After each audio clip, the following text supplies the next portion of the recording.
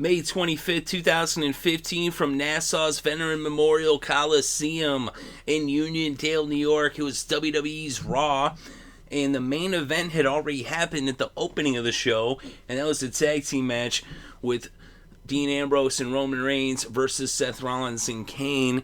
But as the night proceeded, they actually had a backstage thing with Dean Ambrose and J&J. Jamie Noble told Dean Ambrose, well, slap me face and call me Sally. And so he was like, alright, and he slapped his face and he called him Sally. Which is pretty funny. But what ended up happening, though, is he was fighting J&J. Seth Rollins came up and behind the cameraman, he pushed the cameraman into Dean Ambrose. Ambrose hit the cameraman, laid him out.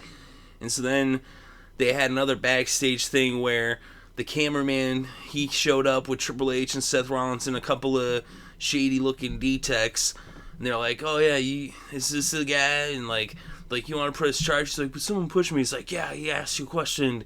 Is you want to press charges? He's like, yeah. And it's like, okay, you friggin' lame snitch, pressing charges on Dean Ambrose. You suck. I don't care. You suck. And so anyway, they arrested Dean. They took him away in handcuffs, reminiscent of Attitude Era Stone Cold Steve Austin. And so then they took him off in the truck. And so then J&J and Seth Rollins, they were all celebrating. They're like, yeah, we got rid of him. Now he ain't going to get his match. Because Dean Ambrose had to sign the contract to get the match at Elimination Chambers for the WWE World Heavyweight Championship against Seth Rollins.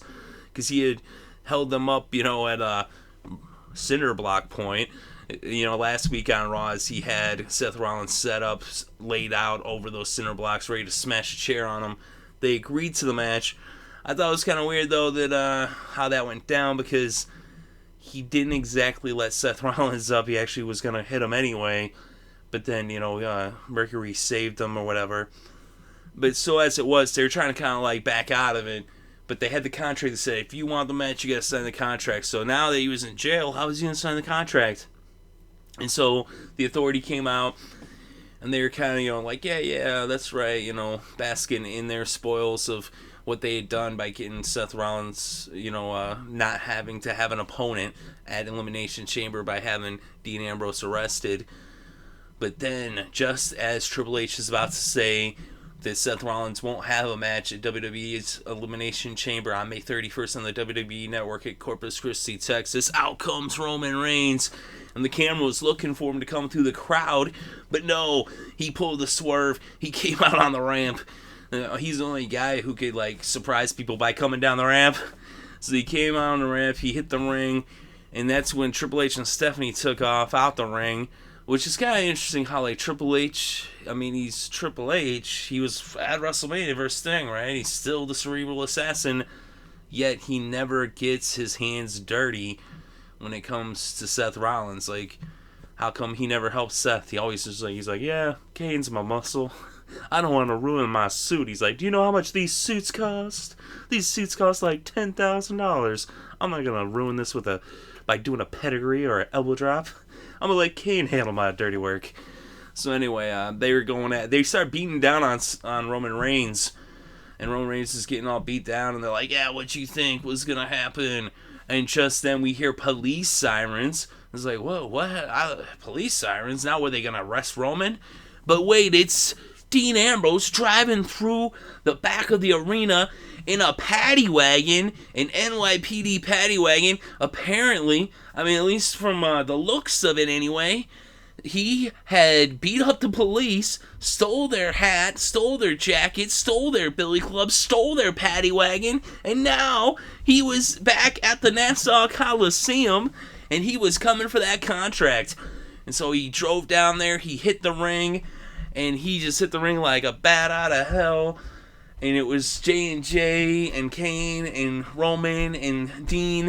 And it ended up where, Roman hit Kane with an uppercut. Then he did a double spear to J&J. And then Kane grabbed him and tossed him out the ring. But then he hit Kane with a super punch. And then Dean Ambrose hit Kane with the dirty deeds. Meanwhile, Seth Rollins had hightailed it out of there. Him and Triple H and Stephanie, they were at the top of the ramp at the stage, as they did not want any part of Dean Ambrose, as he was in full-on Lunatic Fringe mode, a total agent of chaos, just absolute mayhem and just insanity. Dean Ambrose is the man. And so then Roman Reigns handed him the contract. Dean Ambrose signed the contract, and he has his match for Elimination Chamber. He will be facing Seth Rollins for the WWE World Heavyweight Championship, and it's going to be awesome. And I'll tell you what's best for business is Dean Ambrose winning, man. Come on, give it to Dino. I mean, this was awesome. It was like Attitude Era all over again. It was very cool.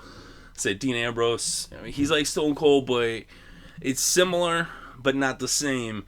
It's like its own thing. Like, he's so awesome, and it was pretty cool how they played this whole thing out. It was a little bit over the top, but that's Dean Ambrose. He's like anarchy. He's crazy. He's like Heath Ledger and the Joker. Like, he's just insane. So it'll be interesting to see what happens in the Elimination Chamber. Will he win the belt, or will Seth Rollins hold on to it? I mean, the safe bet would be on Seth Rollins, but I gotta cross my fingers and knock on wood and hope maybe, some way, somehow, Dean could win the belt. That would be amazing. That would be awesome. I really hope he gets it at Elimination Chamber, although I'd be kind of surprised if he did. But then again, you never know. I mean, I think he's gonna get it, eventually. Will it be at Elimination Chamber, or will it be down the road? That's the question. Then again, you never know. I mean, you never know what's going to happen in wrestling. But I'm definitely looking forward to it. I can't wait. I thought this whole segment was pretty awesome. Definitely pretty cool. And it was definitely interesting to see a different twist, how usually they have the big, main event fight to end Raw, and to end it like this, like I said, it was very reminiscent of Attitude Era. I thought it was pretty cool. So let me know what you think in the comment section below. Definitely interested to read your thoughts and opinions. What do you think about the whole thing, the whole angle throughout the show with Dean getting arrested? And then what do you think about him coming out there with the Paddy Wagon? I thought it was pretty cool. I thought it was really funny. They kept showing over and over the whole thing. He's like, slap my face and call me Sally. Jamie Noble, man, he's too funny. And then he's just like, okay, boom, he slaps his face and calls him Sally. And they just kept showing it over and over throughout the show. Which the first time I saw, I was like, man, that was fun. I had to watch it again, and I'm like, oh, they keep showing it. I don't have to keep watching it because they keep showing it, because it was funny. It was an awesome little moment there. But let me know what you think in the comment section below. Definitely interested to read your thoughts and opinions. Thank you very much for listening. It is appreciated.